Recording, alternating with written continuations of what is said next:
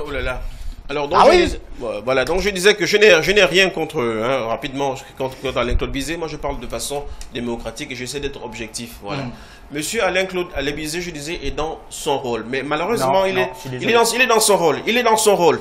Mais un très mauvais rôle, un rôle suicidaire, ce que je disais. Parce que il est obligé de défendre l'indéfendable. Il est obligé de dire la politique du président de la République, mais il le dit mal, parce qu'il ajoute un peu du sien. C'est ça qui est très mauvais avec le président, avec Alain-Claude Bizet. Je ne suis pas sûr que le président parlerait comme ça. Donc, ce n'est pas bien. Donc, voilà pourquoi j'ai posé la question. Est-ce que finalement, il est dans le vrai rôle du porte-parole d'une présidence de la République? Et maintenant, et s'agissant toujours de la forme, il est aussi égoïste. Il est égoïste pourquoi? Parce que lorsqu'il était opposant, lorsqu'il tenait ce rôle-là, il avait bien...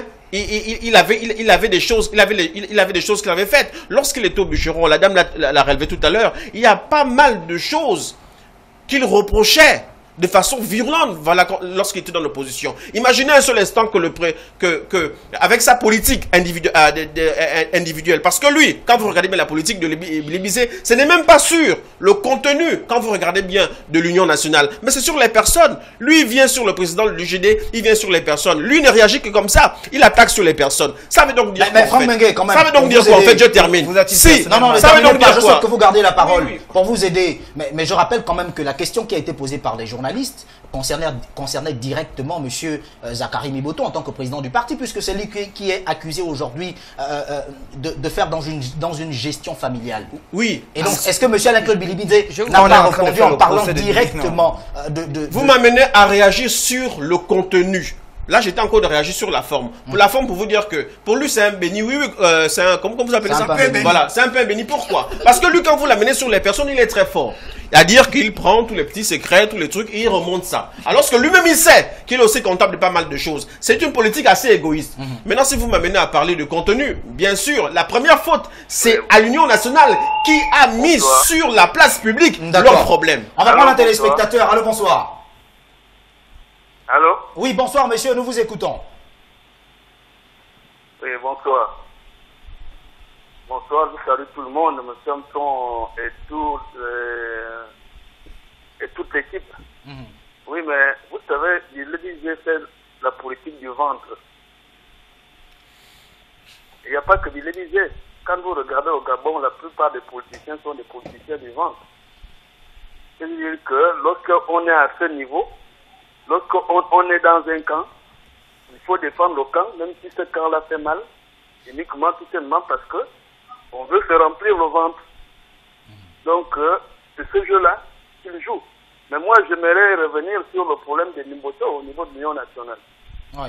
Je pense que M. Zakari Mimboto manque peut-être de stratégie politique.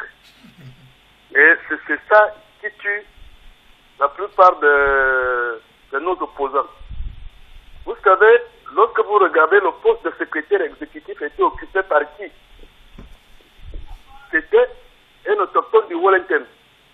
Quelqu'un qui pouvait rassembler la plupart des éléments du Wellington. Je pense que lorsque André Bobam décède, il devait trouver quelqu'un, une bête politique, qui pouvait regrouper l'ethnie femme au sein de ce parti. Mais il leur manque de stratégie. Il y a bien des bêtes politiques. Il y a des éléments au niveau du Nord qui pouvaient remplacer valablement André Obama, un exemple comme de Maison René. Mais est-ce qu'on peut atteindre des objectifs lorsqu'on n'a pas de stratégie politique? Pour lui, il a préféré amener son beau-fils. Et moi, je dis que nos opposants manquent de stratégie politique. Il fallait quelqu'un du Nord qui a à peu près la même carrure, qui est capable de rassembler au même titre qu'André Obama. Et comme ça aurait au moins équilibré les choses au niveau du parti. Mais moi, je ne sais pas, il en manque de stratégie politique. C'est un peu mon point de vue par rapport à cela.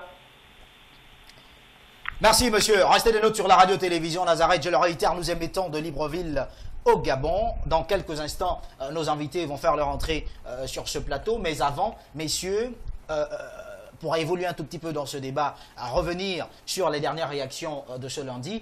Vous le savez, Jean Egendong est intervenu au cours de notre émission. Il y a eu également la réaction de Gérard Elangema qui soulève aujourd'hui le débat. Je souhaite ensemble que l'on ait en tant soit peu la réaction de Mme Chantal Miboto, épouse Ngonjou, puisque ce qui est dit par Gérard Elangema, c'est qu'aujourd'hui, le président du parti ferait de la place de façon majoritaire aux siens.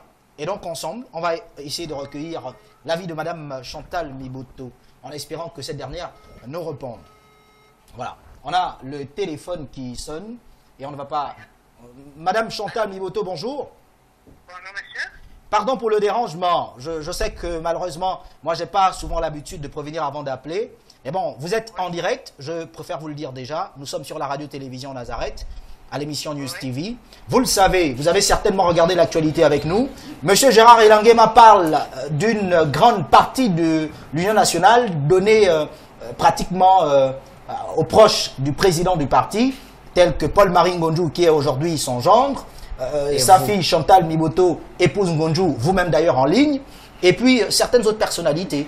Votre avis sur la question, si cela peut être possible maintenant? Écoutez, franchement, je ne sais pas vous dire. Je n'ai même pas envie de parler de ce que M. Gérard Elangema a eu à dire, parce que pour moi, c'est pas du tout la réalité, c'est pas du tout important.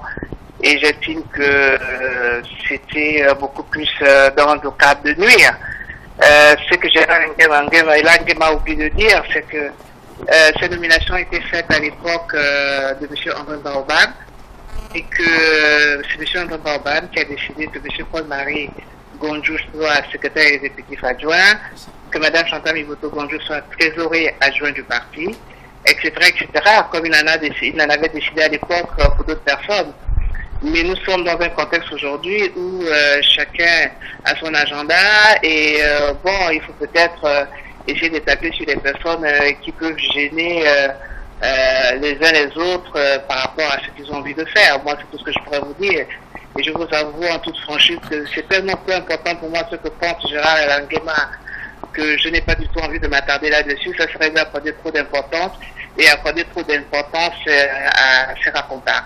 Excusez-moi, voilà. Alors, permettez-moi de saisir aussi cette occasion, parce que je pense que vous avez certainement regardé l'actualité. Le président de la République est intervenu sur RFI au cours du week-end dernier, et celui-ci aurait affirmé qu'aujourd'hui, en ce qui concerne la question de la succession, directement parler de votre fille, permettez-moi, hein, Onaïda, que celle-ci aurait été prise en compte grâce à Ali Bongo Ondimba.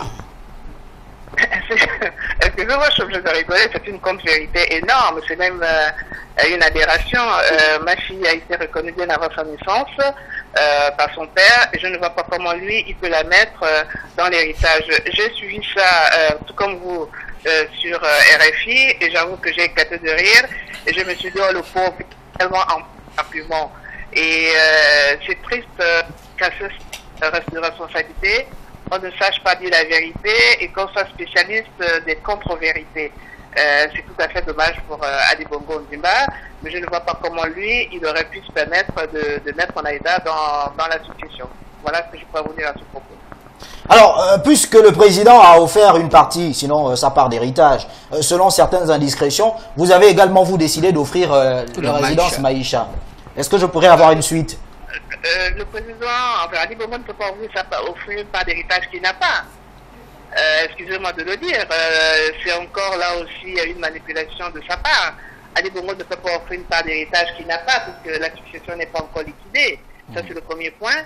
Il a en plus un procès pendant à Nantes par rapport justement à sa filiation, parce que le véritable problème qu'il a aujourd'hui avec ma fille, c'est parce que tout simplement ma fille voulait sortir de la division donc de la succession, et que pour ce faire il fallait que nous ayons tous les documents, les actes de naissance de tous les héritiers, dont celui d'Ali Bongo en tant qu'héritier. Malheureusement, jusqu'aujourd'hui, nous n'avons toujours pas fait de naissance. Alors comment peut-il parler d'une succession, d'un héritage qu'il n'a pas, donner sa part alors qu'il sait bien qu'il ne l'a pas, la succession n'est pas encore liquidée. Là aussi, c'est encore une manipulation et un point de com' de la part d'Ali Bongo. Maintenant, s'étant rendu compte qu'il avait sûrement fait une grosse bêtise en s'avançant un peu trop vite, bon, vous savez, il a voulu peut-être m'associer dans son délire. Mais en ce qui me concerne, moi, je ne me suis adressé à aucune presse ou à qui que ce soit pour parler du Maïcha. On me dit que c'est Taj Gabon, je ne sais pas, pour un site proche de la présidente qui en a parlé.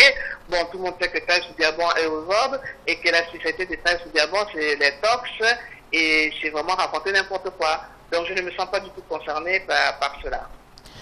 Dernière question, permettez-moi de vous titiller. Soutenez-vous Jean Ping, oui ou non? Pardon? Soutenez-vous Jean Ping, comme certains de vos collaborateurs au sein du parti, pour parler directement de M. Jean Eguendong, qui l'a dit tout haut. Vous, de votre côté, est-ce que vous soutenez M. Jean Ping? Je soutiendrai le candidat de l'Union nationale en priorité parce que l'Union nationale est mon parti. Je suis une militante de l'Union nationale. Et si ce candidat, après, se trouve être le candidat du Front, mais ce sera exactement la même chose. Pour l'instant, je pense que M. Jean Ping n'était pas très connu des Gabonais, donc il essaie de faire la tournée du Gabon pour se faire connaître des uns et des autres, ce qui est parfaitement son droit. Maintenant, ceux qui, au niveau de l'Union nationale, l'accompagnent, comme ils vous l'ont dit, le font à titre personnel. Mais lorsqu'on appartient à un parti, il y a une discipline dans un parti. Moi, je suis une militante, je respecte la discipline dans mon parti. Et pour l'instant, ce qui est à l'ordre du jour dans mon parti, c'est beaucoup plus les questions de transparence électorale, c'est beaucoup plus les questions liées au fait d'avoir des élections justes, crédibles et transparentes. Et c'est cela qui m'importe moi. Donc je suis la ligne de mon parti et je ne m'occupe pas de ce que fait M. Jean Ping. Merci Madame Chantal Miboto, épouse Ngonjou, en espérant que lors de la campagne, nous vous aurons en direct ici sur le plateau de l'émission News TV et non cette fois par téléphone. Mais ce serait avec plaisir. Je vous remercie. Merci. Alors, messieurs, on a écouté la réaction de Madame Chantal. Il nous reste que quelques secondes sur ce sujet avant que de pouvoir faire place à nos invités.